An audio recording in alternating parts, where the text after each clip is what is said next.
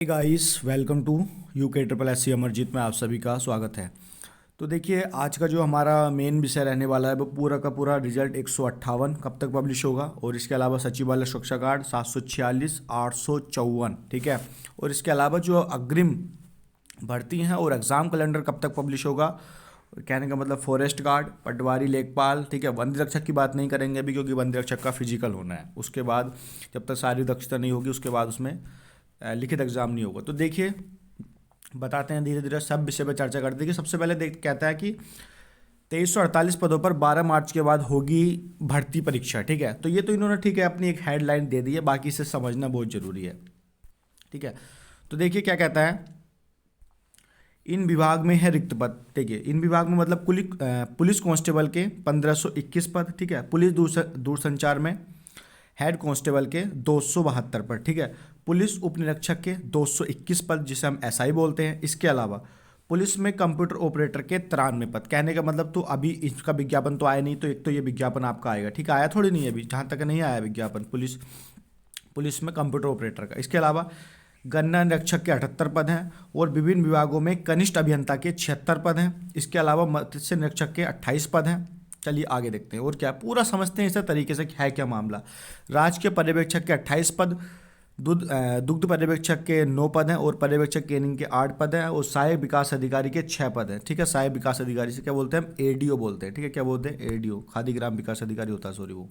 तो ये है सहायक विकास अधिकारी, जो भी रहता होगा सहायक विकास अधिकारी। इसके अलावा देखिए, बागान पर्यवेक्षक के 4 पद हैं, ठीक है। इसके अलावा देखिए क्या लिखा हुआ समझ में नहीं आ पा रहा, पूरा का पूरा क्लियर नहीं है, मैं आपको दिख नहीं पा रहा।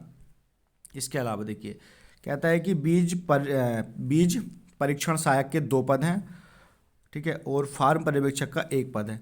तो इन पदों का तो होना है क्या, हमारा विज्ञापन, ठीक है, नहीं जारी होना। मतलब कुछ का हो गया है और कुछ का नहीं होना। जैसे देख लीजिए, मेरी नज़रों में एक ये वाला है हमारा, पुलिस में कंप्यूटर ऑपरेटर के 93 पद। तो देखिए ये बहुत अच्छा होता है, पुलिस में कंप्यूटर ऑपरेटर के 93 पद, तो इसका विज्ञापन नहीं आया है।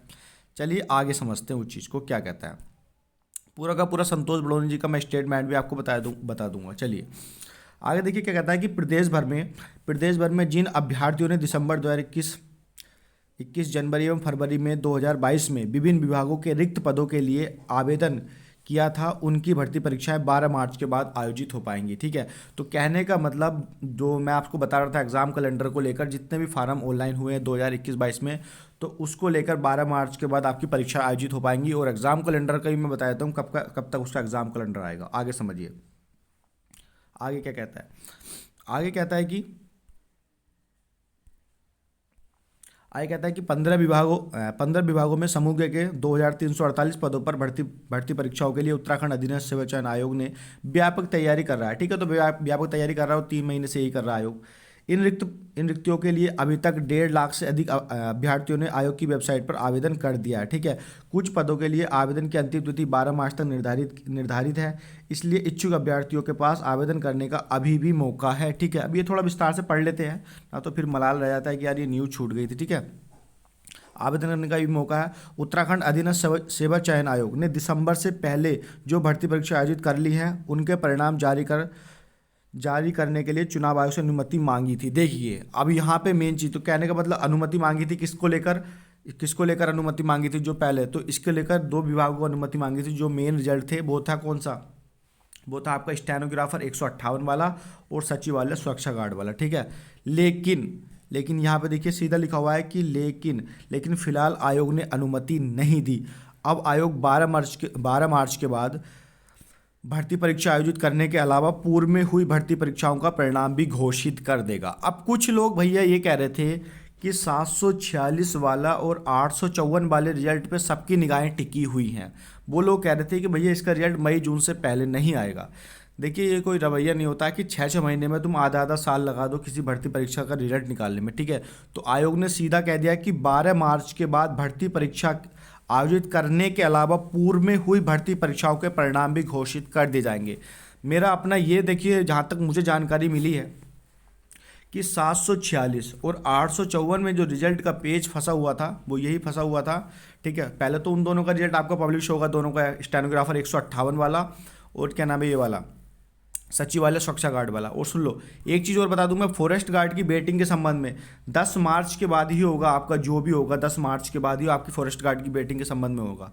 ठीक है, अब रहा बात इन दोनों के रिजल्ट का, तो आयोग ने कह दिया कि परीक्षा परिणाम घोषित करना है। ठीक है, किसके बाद? आपका 12 मार्च के बाद में। ठीक है, किस किस का? उन चारों का भी। ठीक है, साथ में हो जाएगा। आप लोग टाइपिंग करते रहें, निश्चित तौर पे टाइपिंग करते रहें, कोई ज़्यादा समय लेगा। देखिए आयोग खुद ज़्यादा तेजी में है। आगे आपको न्यूज़ पढ़ाता हूँ, देखिए क्या कहा है, आगे समझिए उस चीज़ को। आयोग ने क्या कहा देखिए, सीधा आप पढ़िए। लिखा हुआ है कि आचार संहिता हटने के बाद परीक्षाएं आयोजित करने की, देखिए पता नहीं क्या है, आचार संहिता हटने के बाद भर्ती परीक्षाओं को आयोजित करने की आयोग ने शुरू की तैयारी। ठीक है, तो आयोग ने शुरू कर दी है परीक्षा आयोजित करने की। ठीक है, आचार संहिता के बाद। दूसरी ओर हल्का से देखिए क्या लिखा हुआ है कि मत्स्य निरीक्षक,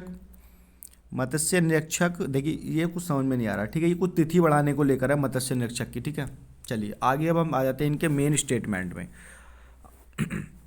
समझिए, मैंने पूरा स्लोली इसलिए लिया है क्योंकि देखिए अखबार में कुछ दिखाई नहीं दे रहा ना, तो मैं इसे एकदम न्यूज़ को निपटा देता मैं।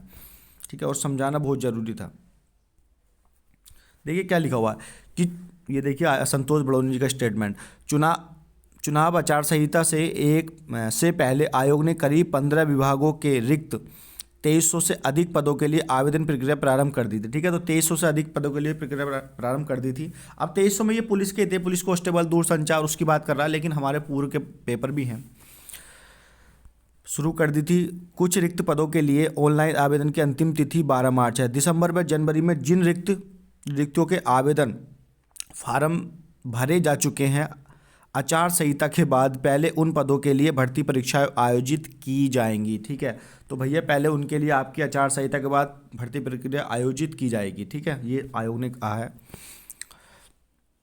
उसके बाद उन पर भर्ती आयोजित की जाएगी अप्रैल आखिर तक। देखिए सीधा लिखा हुआ है इसमें, अप्रैल आखिर तक सभी भर्ती परीक्षाओं को संपन्न कराने की कोशिश की जाएगी। संतोष बड़ौनी। तो अप्रैल से, देखिए अप्रैल से तो नहीं हो पाएगा, अप्रैल लास्ट तक सभी संपन्न नहीं हो पाएंगी, लेकिन मैं आपको बता देता हूँ कि आपका मार्च मंथ में आपका प्रस्तावित एग्ज़ाम कैलेंडर पब्लिश हो जाएगा। ठीक है, मार्च में आपका हो जाएगा। उसके बाद सबसे पहले जो पेपर होगा वो आपका पटवारी का होगा। ठीक है, पटवारी लेखपाल वाला होगा। उसके बाद आपका जो पेपर होगा अगला वो फॉरेस्ट गार्ड वाला होगा। ठीक है, फॉरेस्ट गार्ड वाले भी आप लोग अपनी कमर कस लें, लगभग 1,57,000 आप लोगों के फार्म उस समय डले थे। अभी पुलिस में जो है वो काफ़ी लंबी प्रक्रिया होगी, मैं आपको सिंपल बता रहा हूँ, लेकिन आपको देखिए नए पदों का विज्ञापन देखने को मिल जाएगा। ठीक है, देखिए ये विज्ञापन नहीं आया, मैं आपको बता देता हूँ। पुलिस में कंप्यूटर ऑपरेटर के 93 पद। ठीक है, ये 93 पद, ये पोस्ट अच्छी है। और ये चाहता है कि जो कनिष्ठ सहायक की पोस्ट थी ना, लगभग जो 400 पोस्ट थी कनिष्ठ सहायक की, तो उसी के साथ में लग के आ जाएंगी जहाँ तक ये वाला। ठीक है, लेकिन जो नया विज्ञापन है उन्होंने यहाँ पे इसका जिक्र कर दिया है, तो आप लोग तैयारी में लग जाइए। देखिए आपको एग्जाम कैलेंडर मिल जाएगा मार्च में देखने के लिए। आयोग ने सीधा कह दिया है कि हम अप्रैल में, क्या नाम है, अप्रैल तक बोला है उसने, अप्रैल लास्ट तक कि हम परीक्षा आयोजित करा देंगे, लेकिन ऐसा होगा नहीं क्योंकि अभी खींचेगा टाइम, क्योंकि एक मंथ के तो गैप में वो कराते हैं। लेकिन आपका रिजल्ट देखने को मिल जाएंगे, आपको मार्च के बाद आपको रिजल्ट देखने को मिल जाएंगे, क्योंकि देखिए आयोग खुद इंतजार कर रहा है आपका बेसब्री से। चलिए मिलते हैं आप लोगों से नेक्स्ट वीडियो में। आज के लिए इतना ही है। अगर कोई क्वेश्चन है आपका तो आप कर सकते हैं, मैं ज़रूर उसका रिप्लाई करता हूँ और करूँगा आगे चल के। ठीक है, तो धन्यवाद, मिलते हैं नेक्स्ट वीडियो में। समझ लेना इस चीज़ को। ठीक है, क्योंकि आज इसमें मैंने त्रुटि का कारण यही रहा है कि इसमें जो था वो स्पष्ट रूप से नहीं दिखाई दे रहा था, और मैं नहीं चाहता था कि आपको किसी भी तरीके की त्रुटि जाए। धन्यवाद, चलिए मिलते हैं नेक्स्ट वीडियो।